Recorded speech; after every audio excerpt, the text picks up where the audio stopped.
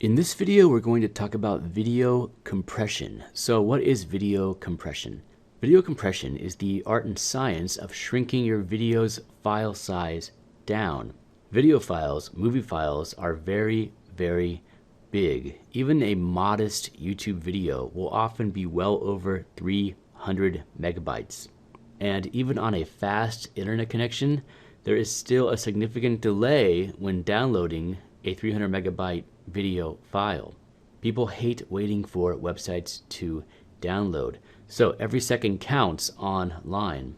The longer it takes your web page elements, including your video, to load, the more money you lose. This has been shown again and again and again. Slow websites, slow videos lose money. They lose viewers.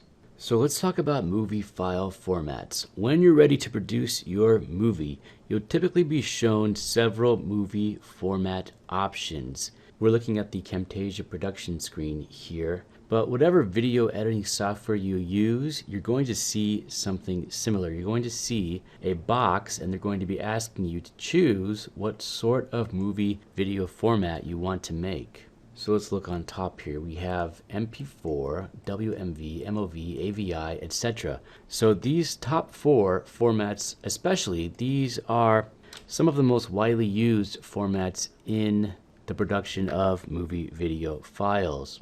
Each movie format is a little different. Each movie format will display your colors and your video frames in a slightly different way, and each movie format has their pros and cons.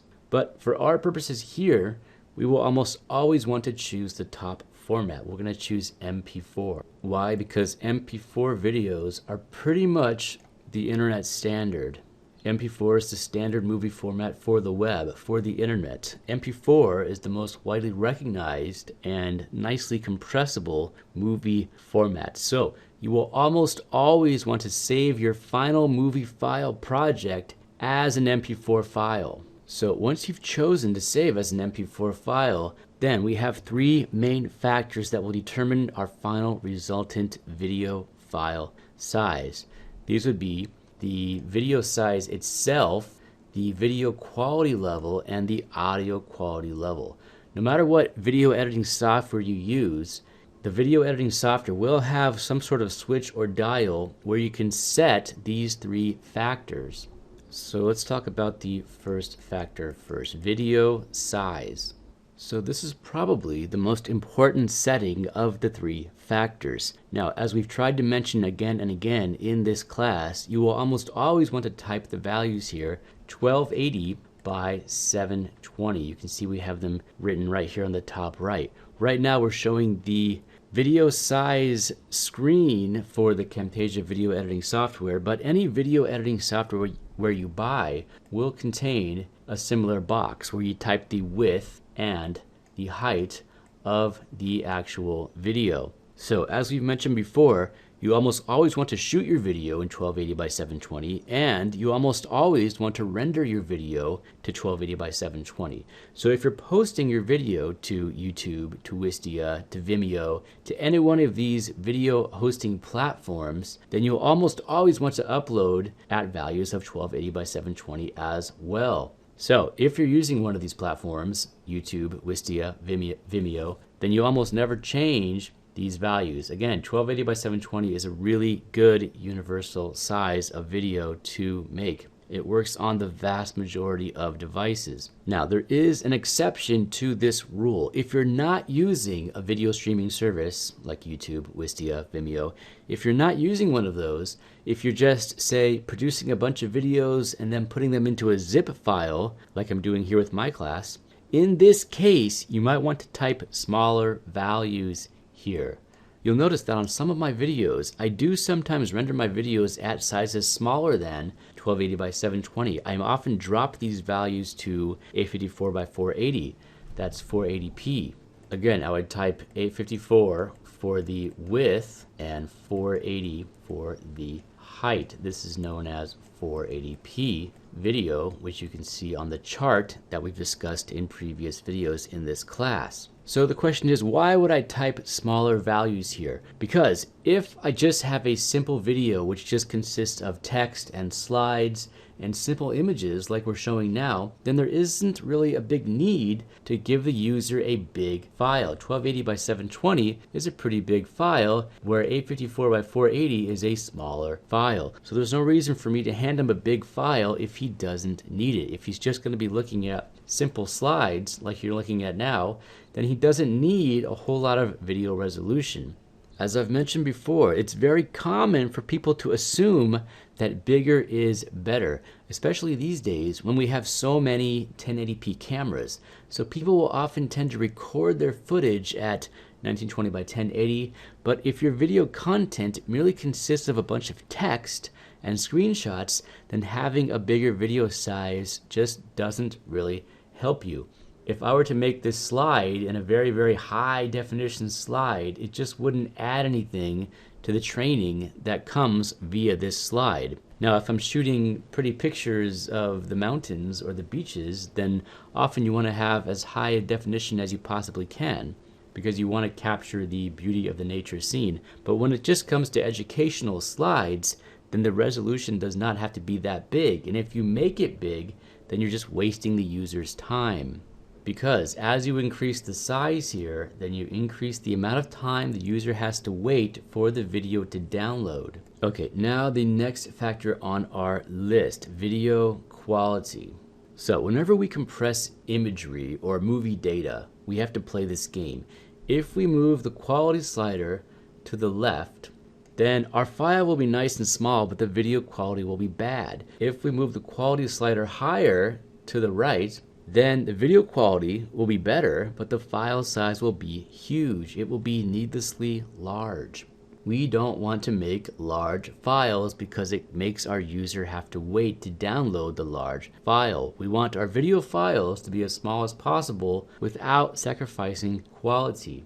Now, it's typically not clear where you should set this dial, unfortunately. You would have to basically produce several samples of your video at various settings. You'd have to try 65, 55, 45, 75, which is what you do when you first start out. You try to produce several little videos of various values here. But these days, I just type the number 65 because I've learned over time that 65 is a pretty safe value for MP4 videos for this particular video editing software. This is Camtasia.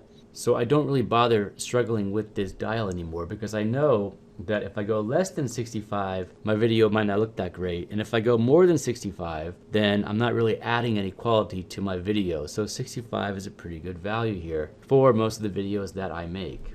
The important thing here is don't go to extremes and do what a lot of people do, is they type in 100% just because, again, they think that bigger is better, and bigger is not always better. The difference between a 100% video MP4 file and a 75% video MP4 file is not that big. Again, you're just making a big file for no reason. So when it comes to video quality, something like 65 is probably all you need. And finally, our last factor on our list was audio quality. People tend to ignore this step because they don't think that audio files are very big. Audio tracks are definitely not as big as video, but they're still substantial. But the setting you choose here will dramatically affect the final movie file size. So again, the game is the same. If we choose a lower quality setting, then our final file will be small. That's good, but the audio won't sound very good.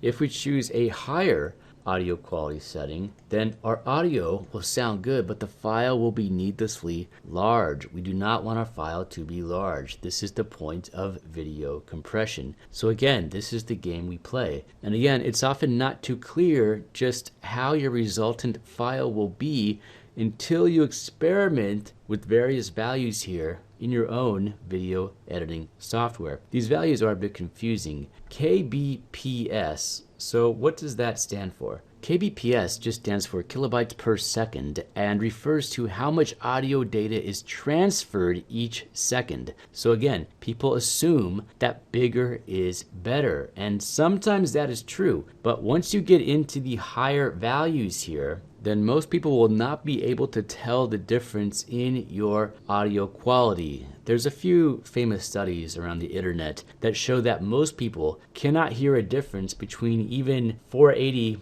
kbps and any of the other higher values here. So this seems to be the cutoff at which most people actually can tell the difference in quality value. And again, there are several factors at play here. If your target consumer has a cheap pair of speakers, then it won't matter what you choose here because the video audio will sound bad anyway. Additionally, these values are typically much more important if your movie file has music in it. You'll notice my file right now does not have any music. So if your movie file is just a person talking, just one human voice, then that won't require as much, generally speaking, in terms of kilobytes per second as, say, if you had an entire symphony orchestra in the background. To record a high-quality symphony orchestra, you definitely want to be in this range up here, not in this range down here.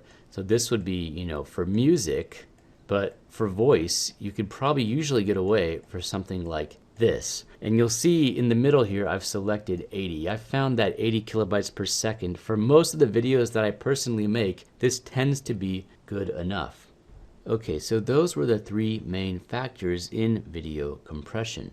Now, I want to stress again, if you're posting your video file to a video streaming service like YouTube, like Vimeo, like Wistia, then you don't have to worry about this stuff. You don't have to worry about video compression because all of these companies will apply their own compression algorithms as soon as you upload your movie file. So there is no need for you to worry about choosing smaller values here. You can just choose values that are as big as you want because those companies are going to compress your video file anyway as soon as you upload it to their video streaming platform.